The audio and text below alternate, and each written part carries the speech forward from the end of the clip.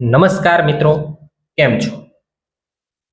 ધોરણ 10 પ્રથમ સત્રની પરીક્ષા માટેના મોસ્ટ આઈએમપી પ્રશ્નોની આપણે ચર્ચા કરી રહ્યા છીએ, જેમાં વિભાગ ડી નો પહેલો અને બીજો ભાગ ઓલરેડી આપણે મૂકી દીધો છે. આજે આપણે જોવાના છે વિભાગ ડી માટેનો ભાગ ત્રીજો, જેમાં 17 નંબરના પ્રશ્નથી આપણે આગળની ગણતરીઓ શરૂ કરવાના છે. તો શરૂઆત કરીએ વધારે સમય ન બગાડતા સીધી પ્રશ્ન નંબર 17 થી. જોઈએ પ્રશ્ન 17. એક પાર્કિંગ પ્લોટમાં અમુક દ્વિચક્રી એટલે કે બે પૈડાવાળા વાહનો અને અમુક ચતુર્ચક્રી એટલે કે ચાર પૈડાવાળા વાહનો છે. જો વાહનોની કુલ સંખ્યા 50 હોય અને તેમના પૈડાની કુલ સંખ્યા 140 હોય, એટલે કે બે પૈડાવાળા અને ચાર પૈડાવાળા ટોટલ 50 વાહનો છે અને પૈડાઓની સંખ્યા 140 છે. દ્વિચક્રી વાહનોની સંખ્યાને x અને ચતુર્ચક્રી વાહનોની સંખ્યાને y ધારો અને આ માહિતી ઉપરથી સમીકરણો બનાવો. પહેલા સમીકરણ બનાવવાના છે અને પછી દ્વિચક્રી અને ચતુર્ચક્રી વાહનોની સંખ્યા પણ શોધવાની છે. તો સમીકરણ કઈ રીતે બનાવશું, કઈ રીતે દાખલો ગણીશું, શરૂઆત કરીએ. પહેલા ધારી લઈએ ભાઈ કે ધારો કે દ્વિચક્રી વાહનોની સંખ્યા x તથા ત્રિચક્રી વાહનોની સંખ્યા y છે. ચતુર્ચક્રીઓ, ત્રિચક્રી નથી, સોરી. ચાર પૈડાવાળા વાહનો છે અને બે પૈડાવાળા, ત્રિચક્રી વાહનો અહીં નથી. હવે જે શરતો આપી છે એ મુજબ આપણે આગળ વધીએ. પ્રથમ શરત મુજબ જો પ્રથમ શરત શું આપેલી છે આપણને કે ભાઈ વાહનોની કુલ સંખ્યા 50 છે, એટલે x અને y બે મળીને 50 છે. x પ્લસ y બરાબર 50 છે.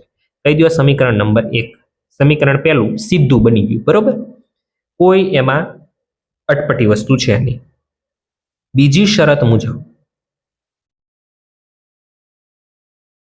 ટોટલ પૈડા 140 છે. કુલ પૈડાની સંખ્યા કેટલી છે? કુલ પૈડાની સંખ્યા 140 છે. હવે આમાં ખાસ સમજવું કે બે પૈડાવાળા ધારો કે બે વાહન હોય તો ટોટલ પૈડા એના 4 થાય, જેટલા વાહન એનાથી ડબલ પૈડા, અને ચતુર્ચક્રી વાહન જેટલા હોય એનાથી 4 ગણા એના પૈડા હોય. એક વાહન તો 4 પૈડા, બે વાહન તો 8 પૈડા. તો દ્વિચક્રી વાહનો x જેટલા છે તો એના પૈડા 2x જેટલા હશે. ચાર પૈડાવાળા y વાહનો છે તેના પૈડા 4y હશે. એ બેયના પૈડા મળીને 140 પૈડા છે ભાઈ, બરાબર. તો આ સમીકરણ 2 બની ગયું. સમીકરણ બની ગયા. હવે તો કે દ્વિચક્રી અને ચતુર્ચક્રી વાહનોની સંખ્યા શોધી નાખવાની છે. સંખ્યા શોધવા માટેની ગણતરી આગળ વધારીએ. તો સમીકરણ 1 અને 2 ને આપણે લોપની રીતે ઉકેલવા જઈએ તો સમીકરણ 1 ને કેટલા વડે ગુણવું પડે x ઉડાડવા માટે? તો કે 2 વડે. અને સમીકરણ 2 ને ગુણવાની જરૂર નથી. સમીકરણ 1 ને 2 વડે ગુણી સમીકરણ 1 અને 2 ને લોપની રીતે ઉકેલતા, ચાલો ઉકેલી નાખીએ. સમીકરણ 1 ને 2 વડે ગુણતા જાઓ એટલે શું બનશે? તો કે 2x પ્લસ 2y બરાબર 100. અહીં સમીકરણ 2x પ્લસ 4y બરાબર 140 છે જ. નિશાનીઓ ચેન્જ કરવી પડશે. આ કેન્સલ થશે. 2y માઇનસ 4y એટલે માઇનસ 2y થશે. 100 માઇનસ 140 એટલે માઇનસ 40 થશે. માટે y ની કિંમત -40 છેદમાં -2, માઇનસ માઇનસ કેન્સલ અને 20 દુ 40, માટે y બરાબર 20 આવ્યું ભાઈ. આ y ની કિંમત સમીકરણ 1 માં મૂકી દો. y ની કિંમત ક્યાં મૂકી દેવી છે? સમીકરણ 1 માં. y બરાબર 20 સમીકરણ 1 માં મૂકતા સમીકરણ 1 આપણી પાસે હતું શું? તો કે x પ્લસ y બરાબર 50 હતું. જ્યાં y ની સ્થાને આપણે મૂકી દેવાનું છે 20, માટે x બરાબર 50 માઇનસ 20, અને 50 માંથી 20 જાય એટલે 30 વધે. તો લ્યો થઈ ગયું. x એટલે દ્વિચક્રી વાહનો અને y એટલે ત્રિચક્રી વાહનો. તો લખવાનું આમ પાર્કિંગ પ્લોટમાં દ્વિચક્રી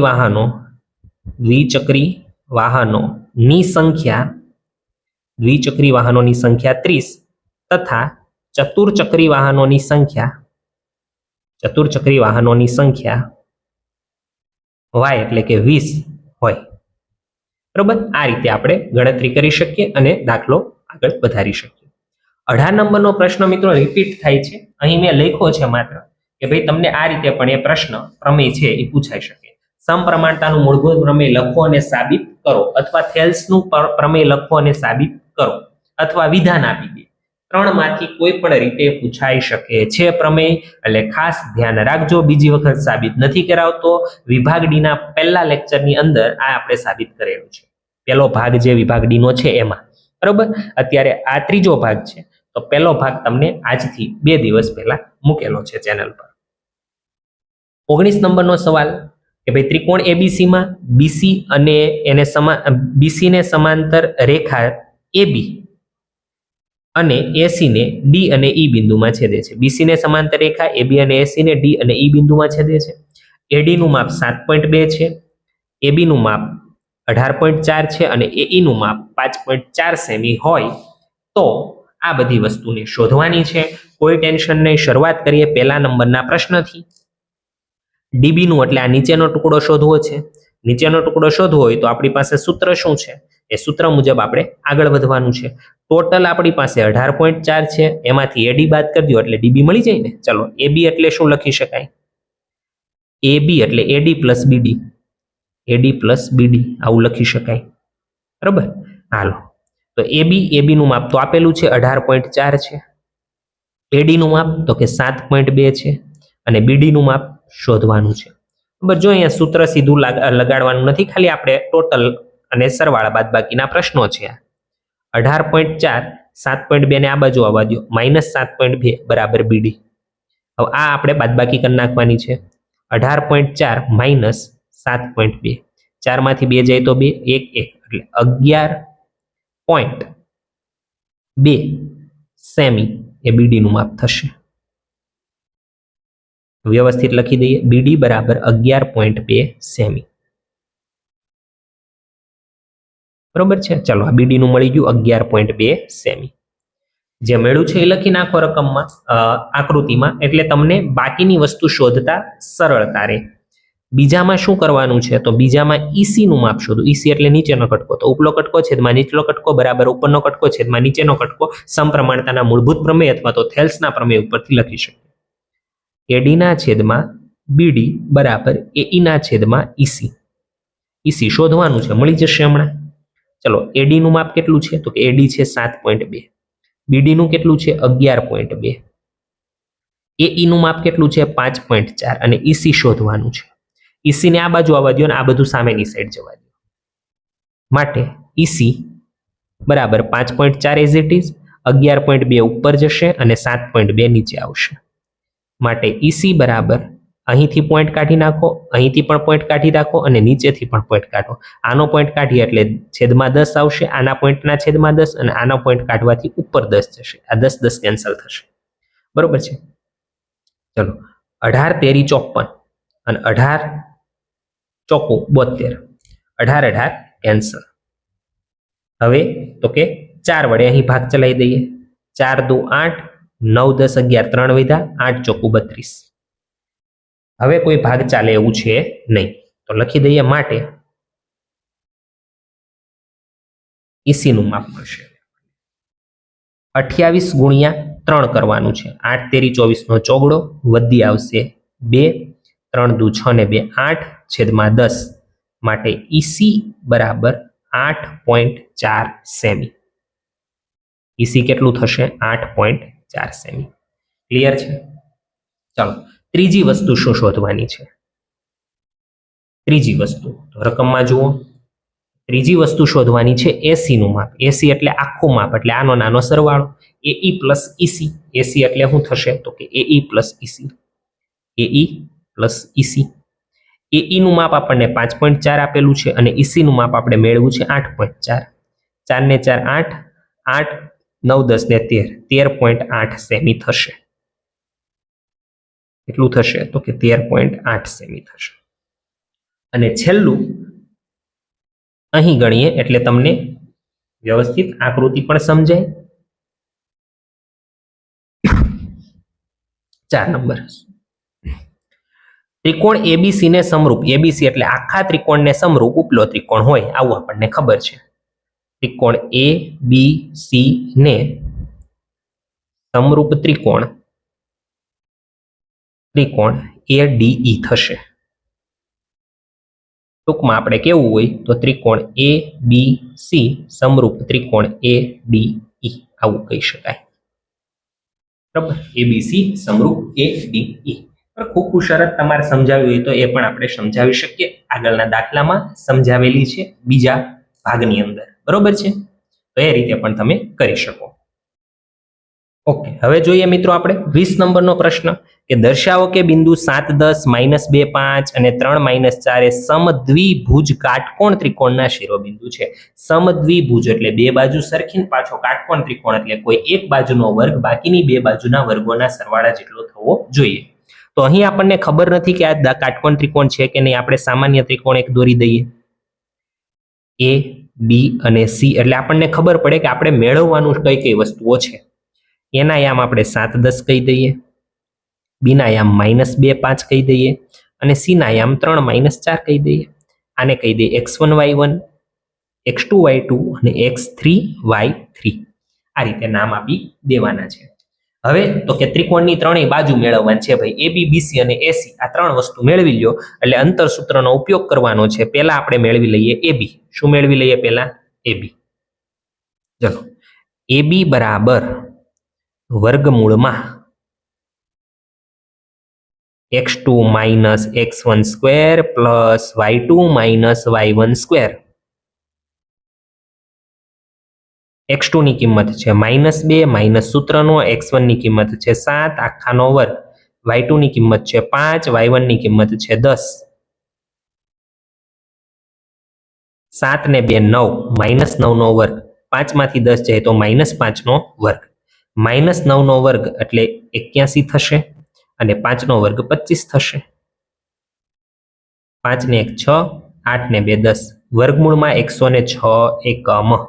બસ આને મૂકી રાખો. આનું હવે કોઈ સાદુરૂપ અપાય નહીં. એ બી મળી ગયું. એ જ રીતે હવે બીસી મેળવીએ. બી અને સી એટલે 3 અને 2 આવશે. x3 - x2 square, y3 - y2 square.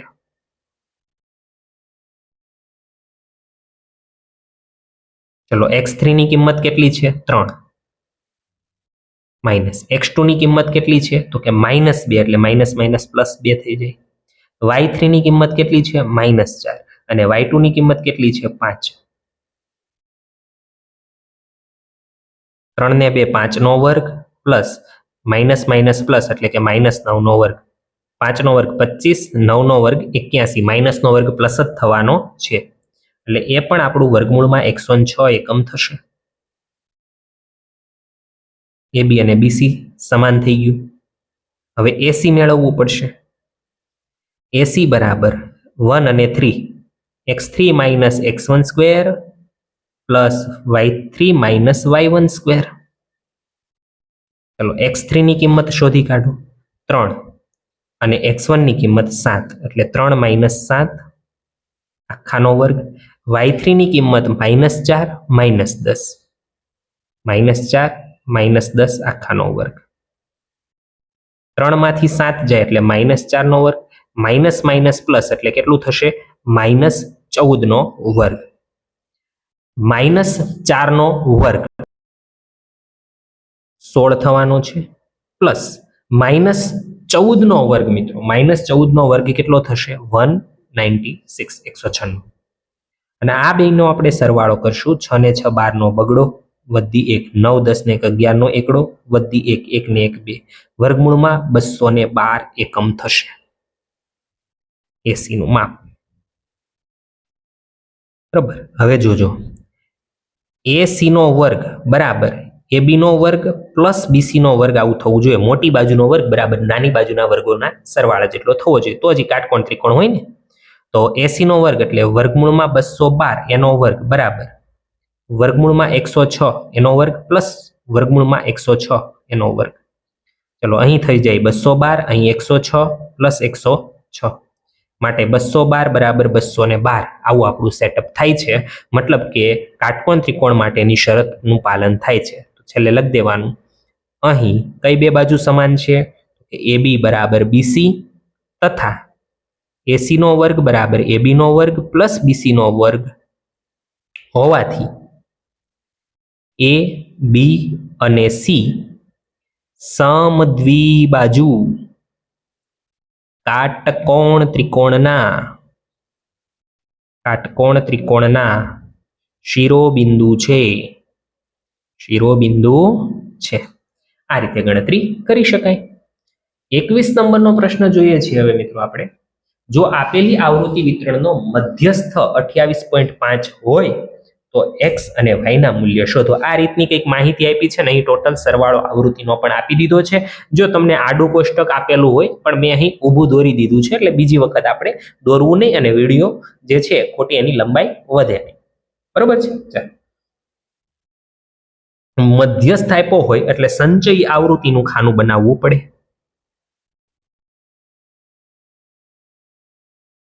CFI નું ખાનું બનાવવું પડે. સંચય આવૃત્તિનું ખાનું ઈઝી છે. 5 છે તો 5 લખો, પછી 5 માં x ઉમેરો એટલે 5 પ્લસ x, આમાં પાછા 20 ઉમેરો એટલે 25 પ્લસ x, 25 માં 15 ઉમેરો 30 40 પ્લસ x, આમાં પાછા y ઉમેરો 40 પ્લસ x પ્લસ y, આમાં પાછા 5 ઉમેરો 45 પ્લસ x પ્લસ y. તો આ જે ટોટલ આવ્યું ને એ જ આનું ટોટલ થશે 45 plus x plus y. Ready? તો એના આધારે તમને એક સમીકરણ મળે 45 પ્લસ x પ્લસ y બરાબર 60 માટે x પ્લસ y બરાબર 60 માઇનસ 45 માટે x પ્લસ y બરાબર 15. બરોબર? અગત્યનો દાખલો છે ભાઈ, ધ્યાન રાખજો. તો દાખલો છે અગત્યનો. મધ્યસ્થમાં બે ખૂટતી આવૃત્તિના દાખલાઓ અગત્યના જ હોય છે. બરાબર? અને પરીક્ષામાં પૂછાય એવા છે એટલે એમાં ખાસ આપણે ધ્યાન રાખી લેવાનું છે. હવે તો કે મધ્યસ્થ 28.5 આપ્યો છે. જુઓ, મધ્યસ્થ આપ્યો હોય એના ઉપરથી આપણે મધ્યસ્થ વર્ગ બનાવી શકીએ. 28.5 આમાં આવે તો આ આપણો મધ્યસ્થ વર્ગ થયો. આને f કહેવાય અને આને શું કહેવાય ભાઈ? તો કે CF કહેવાય. શું કહેવાય? CF.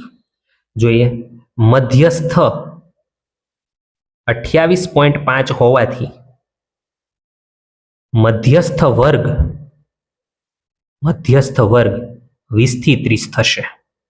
અને જો મધ્યસ્થ વર્ગ 20 થી 30 થાય મિત્રો તો L બરાબર 20 થઈ જાય, આવૃત્તિ F મધ્યસ્થ વર્ગની આવૃત્તિ 20 થઈ જાય, સંચય આવૃત્તિ CF મધ્યસ્થ વર્ગની ઉપરના વર્ગની સંચય આવૃત્તિ 5 પ્લસ x એને CF કહેવાશે. ત્યાર પછી ટોટલ n આપણને 60 આપેલું છે માટે n/2 બરાબર 60 ના છેદમાં 2 એટલે 30 થઈ જશે. અને h વર્ગ લંબાઈ અહીં 10 ની વર્ગ લંબાઈ છે. બધી જ વસ્તુ મળી ગઈ. મધ્યસ્થનું સૂત્ર મૂકી દો એટલે આપણો જવાબ આવી જાય.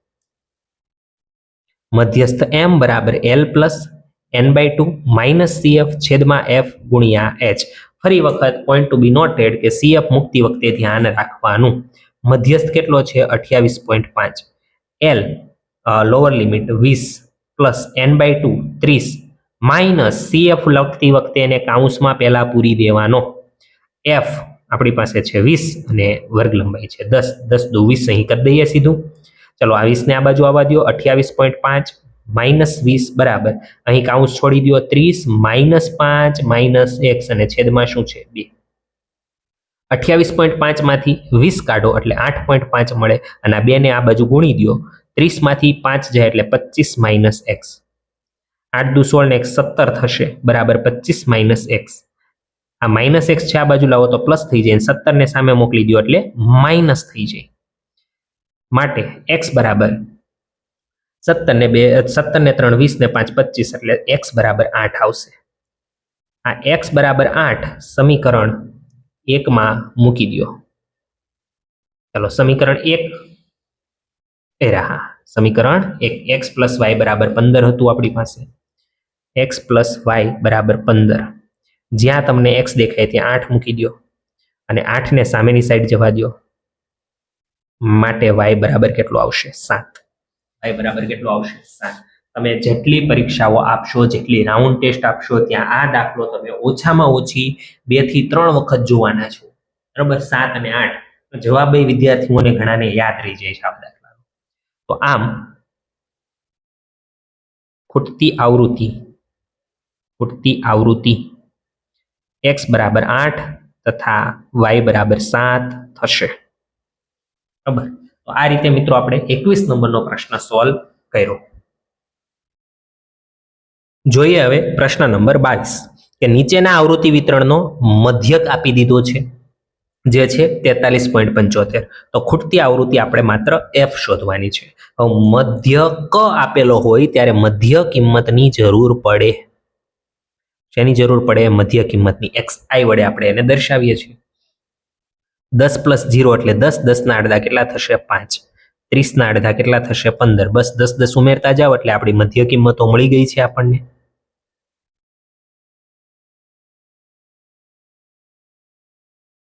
ચલો મધ્ય કિંમતો થઈ ગઈ. બરોબર છે. ઓકે, મધ્ય કિંમત થઈ ગઈ. તો હવે આપણે પદ વિચલનની રીતનો ઉપયોગ કરવો છે, કારણ કે વર્ગ લંબાઈ સમાન છે. પદ વિચલનની રીત માટે આપણે યુઆઈ ની જરૂર પડશે. xi માઇનસ a છેદમાં h સૂત્ર લખવાનું, મધ્યક ધારી લેવાનું, ધારેલો મધ્યક. અને ઈ મધ્યક આપણે ક્યાં ધારવાનો? તો f ની સામે જ ધારવાનું. આ આપણો ધારેલો મધ્યક છે. તો ત્યાં 0 આવશે, -1, -2, -3, -4, -5, -6. દાખલાની અંદર થોડી ગણતરી વધશે, 1, 2 અને 3. બરોબર, પણ કોઈ ટેન્શન લેવાની વસ્તુ છે નહીં, ઇઝી જ છે. હવે FIUI ગણી દઈએ. FIUI એટલે કે આવૃત્તિ અને આ જે UI છે એ બંનેનો સરવાળો ગુણાકાર કરવાનો છે. 6 અઠ્ઠા 48 -48, 4 પંચા 20 એટલે -20, 20 ચોકુ 80 -80, 45 ને 45 90 ને 135, 5 તેરી 15 નો 5 વધી 1 4 તેરી 12 ને 1 13, 64 ગુણ્યા 2 એટલે 128, 32 એકુ 32, f ગુણ્યા 0 0, 8 એકુ 8, 2 દુ 4, 3 દુ 6, 6 4 10 ને 8 18, પ્લસ વાળાનો સરવાળો 18 થયો. મેઇન વસ્તુ આ છે. હવે આનો સરવાળો કરવાનો છે. ચલો કરીએ સરવાળો. 8 8 ને 5 13, 13 ને 2 15, 15 ને 8 23 નો તગડો, વધી આવી 2, 4 ને 2 6 7 8, 8 ને 8 16 17 18 19 20 21 22 23 24, 24 નો ચોગડો, વધી 2, 2 3 અને 1 4. માઇનસમાં 443 આવ્યું. સિગ્મા FIUI બરાબર માઇનસ પ્લસ માઇનસ પણ મોટા પદની નિશાની. 443 માંથી આપણે 18 બાદ કરવાના છે. અહીં 13 થશે અને અહીં 43 થશે.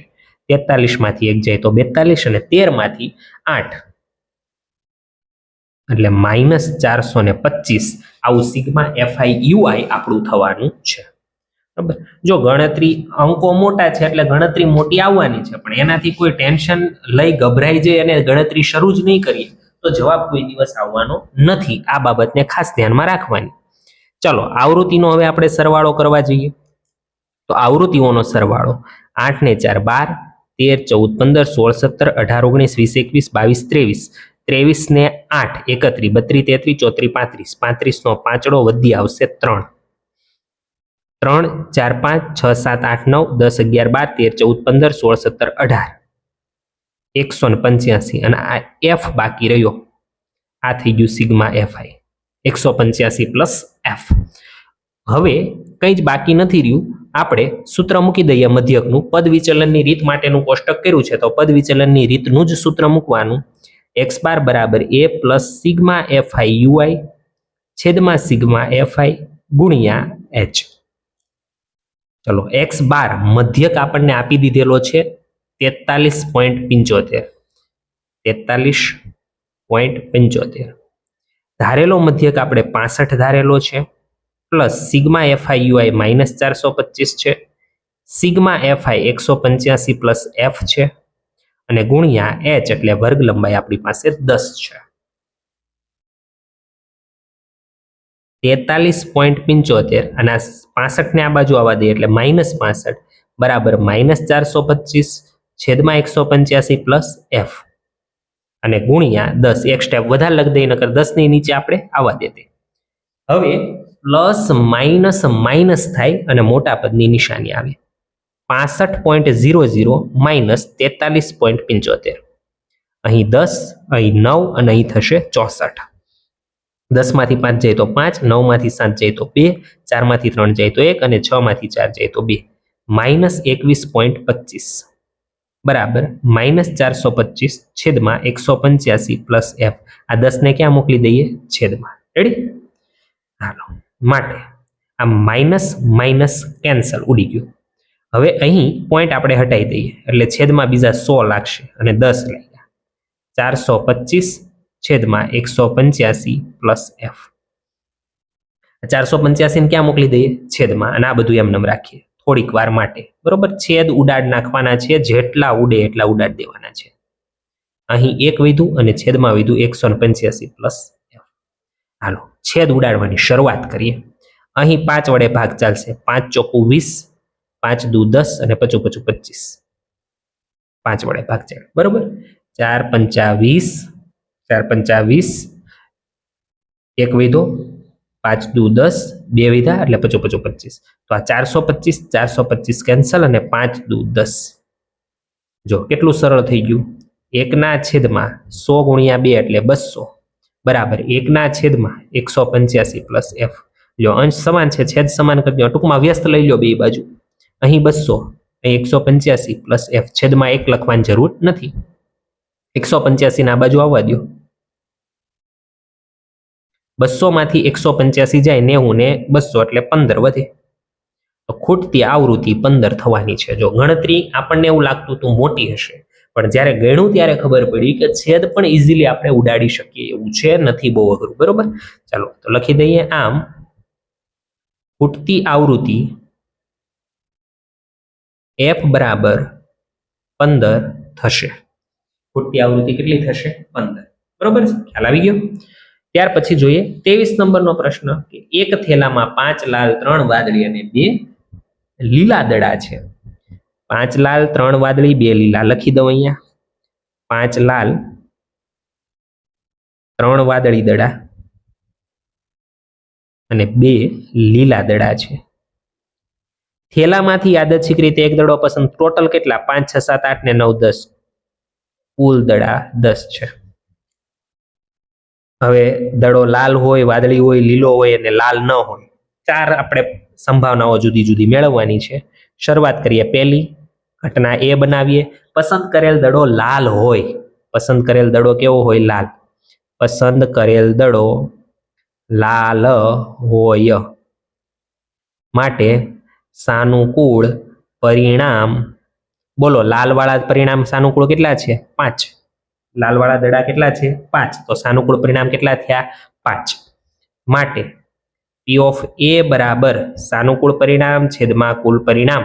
સૂત્ર તમે લખશો 5 દુ 10. માટે P of A બરાબર 1/2 જવાબ આવશે. કેટલો જવાબ આવશે? 1/2. રેડી? ત્યાર પછી બીજું ઘટના બી બનાવીએ. પસંદ કરેલ દડો વાદળી હોય. કેવો હોય? વાદળી હોય. તો ઘટના શું બનશે? તો કે પસંદ કરેલ દડો વાદળી હોય. સાનુકૂળ પરિણામ જોઈ લો. વાદળી વાળા કેટલા પરિણામ છે ભાઈ? તો કે વાદળી વાળા 3 પરિણામ છે. તો સાનુકૂળ પરિણામ 3 થશે. માટે P of B બરાબર સાનુકૂળ પરિણામ છેદમાં કુલ પરિણામ 3/10 એટલે 0.3 આપણે લખી શકીએ. પોઈન્ટમાં ન લખીએ તો કોઈ ટેન્શન નથી. બરોબર, હા, ઉપરના દાખલામાં તે P of A બરાબર 0.5 પણ આપણે લખી શકીએ, કોઈ ટેન્શન નહીં. ત્રીજું ઘટના બનાવીએ સી. પસંદ કરેલ દડો લીલો હોય. કેવો હોય? લીલો. પસંદ કરેલ દડો લીલો હોય. તો એના સાનુકૂળ પરિણામ કેટલા છે? સાનુકૂળ પરિણામ, ચલો લીલા દડાની સંખ્યા જોઈ લો. કેટલા છે? તો કે 2. તો સાનુકૂળ પરિણામ કેટલા આવશે? 2. માટે P of C બરાબર સાનુકૂળ પરિણામ છેદમાં કુલ પરિણામ. 2/10 એટલે 0.2. ચોથું, ઘટના ડી બનાવીશું. પસંદ કરેલ દડો લાલ ન હોય એટલે લાલ વાળા નહીં લેવાના, આ બે લેવાના, 5 આવે ને. ઘટના બનશે પસંદ કરેલ દડો લાલ ન હોય, એના સાનુકૂળ પરિણામ 5 થશે. કેટલા થશે? 5. સાનુકૂળ પરિણામ બરાબર 5. માટે પી ઓફ ડી બરાબર સાનુકૂળ પરિણામ છેદમાં કુલ પરિણામ. 5 દુ 10 કરીને 1/2 લખી શકો અને 0.5 પણ લખી શકો. આ રીતે આપણે આ સંભાવનાનો પ્રશ્ન ગણી શકીએ. 23 સુધીના પ્રશ્નો મિત્રો આપણે જોયા છે. હવે જોઈએ 24 નંબરનો પ્રશ્ન. એક ખોખામાં 100 પેન્ટ છે ટોટલ. એટલે કે 24 નંબરના પ્રશ્નમાં જે પહેલી ગણતરી છે 100 પેન્ટ છે, એટલે કુલ પરિણામ 100 થશે. કુલ પરિણામ કેટલા થશે? 100. ચાલો આને મૂકી રાખીએ. તેમાંથી 73 સારા છે અને 12 થોડીક ખામીઓ વાળા છે, 15 વધારે ખામીઓ વાળા છે. ઓછી ખામી સારા 73, સારા પેન્ટ 73, થોડી ખામી વાળા પેન્ટ, થોડી ખામી વાળા પેન્ટ, થોડી ખામી વાળા કેટલા છે? તો કે 12. અને વધુ ખામી વાળા પેન્ટ, વધુ ખામી વાળા પેન્ટ એ છે 15. લ્યો, બધી જ વસ્તુ આપણે મેળવી લીધી.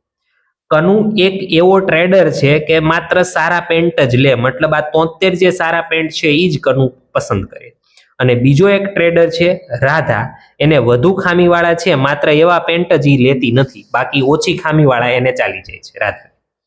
તો ખોખામાંથી યાદચ્છિક રીતે એક પેન્ટ પસંદ કરવામાં આવે, ની કનુને સ્વીકાર્ય હોય તેની સંભાવના અને રાધાને સ્વીકાર્ય હોય તેની સંભાવના શોધો. કનુને માત્ર સારા પેન્ટ જ જોવે અને રાધાને સારા પેન્ટ અને થોડી ખામીવાળા પેન્ટ બંને ચાલશે.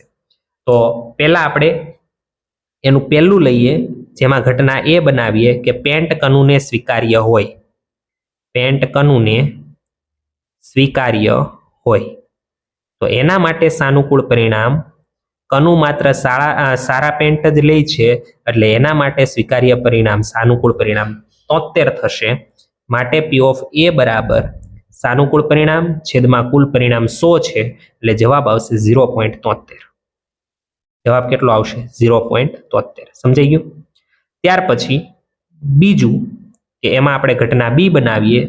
પેન્ટ રાધાને સ્વીકાર્ય હોય, પેન્ટ રાધાને સ્વીકાર્ય હોય તો એના સાનુકૂળ પરિણામ, રાધાને મોટી ખામી હશે, વધારે ખામી હશે એ નહીં લે, એટલે એ માત્ર 15 પેન્ટનો સ્વીકાર નહીં કરે, 73 અને 12 બંને પેન્ટનો સ્વીકાર કરશે. 3 ને 2 5 ને 8 85 સાનુકૂળ પરિણામ આવે. માટે પી ઓફ બી બરાબર સાનુકૂળ પરિણામ છેદમાં કુલ પરિણામ, એટલે 0.85 એ રાધાને સ્વીકાર્ય પેન્ટની સંભાવના મળી જશે. ત્યાર પછી એનો જે બીજો પ્રશ્ન છે એની આપણે ચર્ચા કરીએ. બરાબર. ગોપી પોતાના માછલી ઘર માટે દુકાનમાંથી માછલી ખરીદે છે. દુકાનદાર મોટી ટાંકીમાંથી યાદચ્છિક રીતે એક માછલીને બહાર કાઢે છે. ઈ ટાંકીમાં 5 નર માછલી છે અને 8 માદા માછલી છે. 5 નર માછલી છે અને 8 માદા માછલી છે. તો ટોટલ માછલી 13 કુલ માછલી થશે. હવે જે ઘટના છે એ અને બી આપણે બની ગઈ છે, સી ઘટના બનાવી દઈએ. બહાર કાઢેલ માછલી નર માછલી હોય તેની સંભાવના, બહાર કાઢવામાં આવેલ માછલી નર હોય. કેવી માછલી હોય? નર. તો એના સાનુકૂળ પરિણામ, ચલો નર માછલી કેટલી છે? 5, તો સાનુકૂળ પરિણામ 5 થશે. માટે પી ઓફ સી બરાબર સાનુકૂળ પરિણામ છેદમાં કુલ પરિણામ, એટલે 5/13 એવો આપણો જવાબ થઈ જાય. બરોબર, ખબર પડી? તો આ રીતની આપણી ગણતરીઓ હતી. જોઈએ 25 નંબરનો પ્રશ્ન મિત્રો. એક પિતાની હાલની ઉંમર તેના પુત્રની હાલની ઉંમર ના 3 ગણા કરતા 2 વર્ષ વધારે છે. અહીં સુધી આપણું પહેલી શરત થઈ. 4 વર્ષ પછી પિતાની ઉંમર પુત્રની ઉંમરના બમણા કરતા 12 વર્ષ વધારે હશે. જે છે એ બે શરતો આપણી પાસે છે. 4 વર્ષ પછીની શરત છે અને એક અત્યારની હાલની શરત છે. પિતાની ઉંમરને x વર્ષ ધારવાનું છે અને પુત્રની ઉંમરને y વર્ષ ધારવાનું છે અને એના ઉપરથી સમીકરણ બનાવવાનું છે અને પછી એનો ઉકેલ શોધી લેવાનો છે. ધારો કે પિતાની હાલની ઉંમર બરાબર x વર્ષ, પુત્રની હાલની ઉંમર બરાબર y વર્ષ. પિતા અને પુત્રની હાલની ઉંમર આપણને પ્રાપ્ત થઈ ગઈ. બરાબર, ચાલો ત્યારે પિતા અને પુત્રની હાલની ઉંમર પ્રાપ્ત થઈ. હવે 4 વર્ષ પછીનો કેસ આપ્યો છે તે હારો લઈ લઈએ. 4 વર્ષ પછી પિતાની ઉંમર અત્યારે x વર્ષ છે તો 4 વર્ષ પછી x + 4 વર્ષ થશે અને પુત્રની ઉંમર y + 4 વર્ષ થશે. હવે પ્રથમ શરત પરથી હવે સમીકરણ આપણા બનતા જશે. પ્રથમ શરત પરથી ચલો પ્રથમ શરત હાલની ઉંમરની શરતો આપેલી છે. જુઓ પહેલી શરત હાલની ઉંમર પિતાની હાલની ઉંમર એટલે કે x, પુત્રની હાલની ઉંમર એટલે કે y એના 3 ગણા એટલે કે 3y એના કરતા 2 વર્ષ વધારે એટલે +2. 3y ના બાજુ લઈ લો x - 3y બરાબર 2. આપણા માટે સમીકરણ નંબર 1 થઈ ગયું છે. ચાલો ત્યાર પછી બીજી શરત પરથી બીજી શરત જુઓ તો બીજી શરત છે એ 4 વર્ષ પછીની છે. પિતાની ઉંમર 4 વર્ષ પછી કેટલી છે તો કે x + 4. પિતાની ઉંમર પુત્રની ઉંમરના બમણા કરતા 12 વર્ષ વધારે છે. પુત્રની ઉંમરના બમણા એના કરતા 12 વર્ષ વધારે છે. 4 વર્ષ પછીની પુત્રની ઉંમર હતી એના ડબલ કરતા 12 વધારે છે. ચલો x + 4 બરાબર 2y + 2 × 4 એટલે 8 + 12. x + 4 બરાબર 2y + 12 ને 8 કેટલા થઈ જાય 20.